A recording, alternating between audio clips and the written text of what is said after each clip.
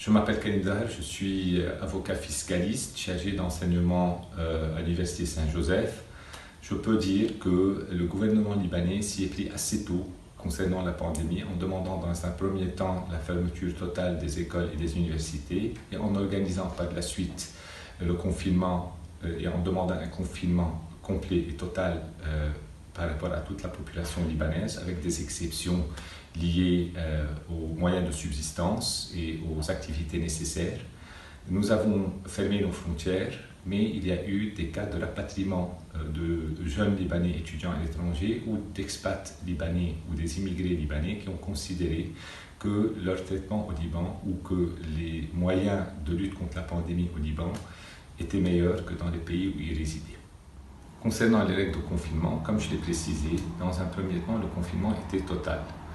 Ensuite, il s'est organisé en fonction des services nécessaires, donc alimentaires, de santé et autres, ou des industries qui devaient fonctionner pour les besoins de la lutte contre la pandémie. Ensuite, avec l'évolution de la situation, de petites exceptions ont été permises, notamment au niveau de la circulation. Nous avons un couvre-feu le soir à partir de 5 heures, puis il a été prorogé et raccourci pour commencer à 7 heures puis 8 heures, et ensuite par une séparation selon les plaques d'immatriculation des voitures, donc les numéros pair et impair, chaque jour de la semaine étant imparti à un des deux numéros.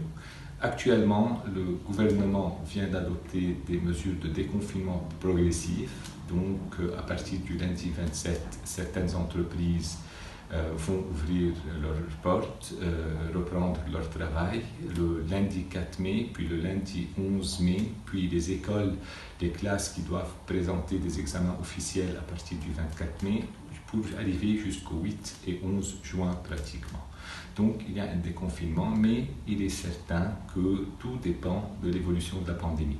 Si la pandémie va reprendre, donc ces mesures seront revues. On peut affirmer que la population libanaise a vécu cette période avec beaucoup de maturité. Les Libanais ont compris très tôt quel était le risque.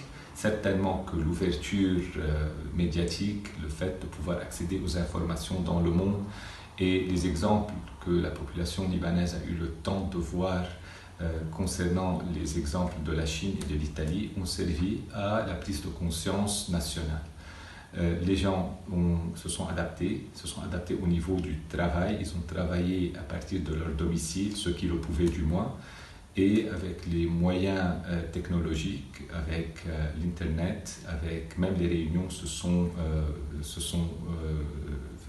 ont pu être organisées par Zoom ou par Teams, et même les cours universitaires. Dans mon cas aussi, je donne mes cours d'université le même jour, à la même heure, à mes étudiants, et ça se passe très bien depuis bientôt 2 mois. Par contre, l'impact sur la situation économique est énorme. Peut-être beaucoup d'entre vous le savent, le Liban passe par une crise financière, monétaire et économique sans précédent.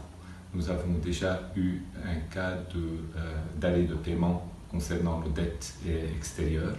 Nous avons un problème de dévaluation de notre monnaie nationale, une situation économique déplorable avec des licenciements en chaîne. La pandémie est venue rajouter aux problèmes existants de nouveaux problèmes inconnus avant. Nous assistons à un licenciement excessif dans beaucoup d'entreprises. D'autres entreprises diminuent les salaires sans qu'il y ait une organisation, parce que ce genre de cas n'a jamais été prévu par la législation libanaise. Nous sommes confrontés à des problèmes énormes. Beaucoup de personnes ont très peur des lendemains après la fin de la pandémie. Qu'est-ce qui pourrait arriver? L'État n'ayant pas de ressources pour pouvoir les utiliser, pour pouvoir soutenir des activités économiques, les problèmes sociaux. En dépit de ça, il y a quand même des tentatives. Les talibans cherchent à pouvoir procurer un certain minimum aux familles en nécessité. La suite, il est indéniable que notre espoir, c'est que cette pandémie puisse disparaître, qu'on puisse trouver un remède, qu'on puisse trouver un vaccin surtout, et que graduellement on puisse assister à la fin de cette pandémie comme d'autres pandémies. Et là, le réveil sera certainement brutal par rapport aux problèmes qui existent, mais il est aussi, ça peut être un challenge pour pouvoir reconstruire notre économie, redémarrer sur de nouvelles bases. Et je garde espoir que de la population libanaise. Le Libanais en tant que tel est créatif, il est volontaire, il est optimiste et il y aura la possibilité de pouvoir aller de l'avant pour changer les choses.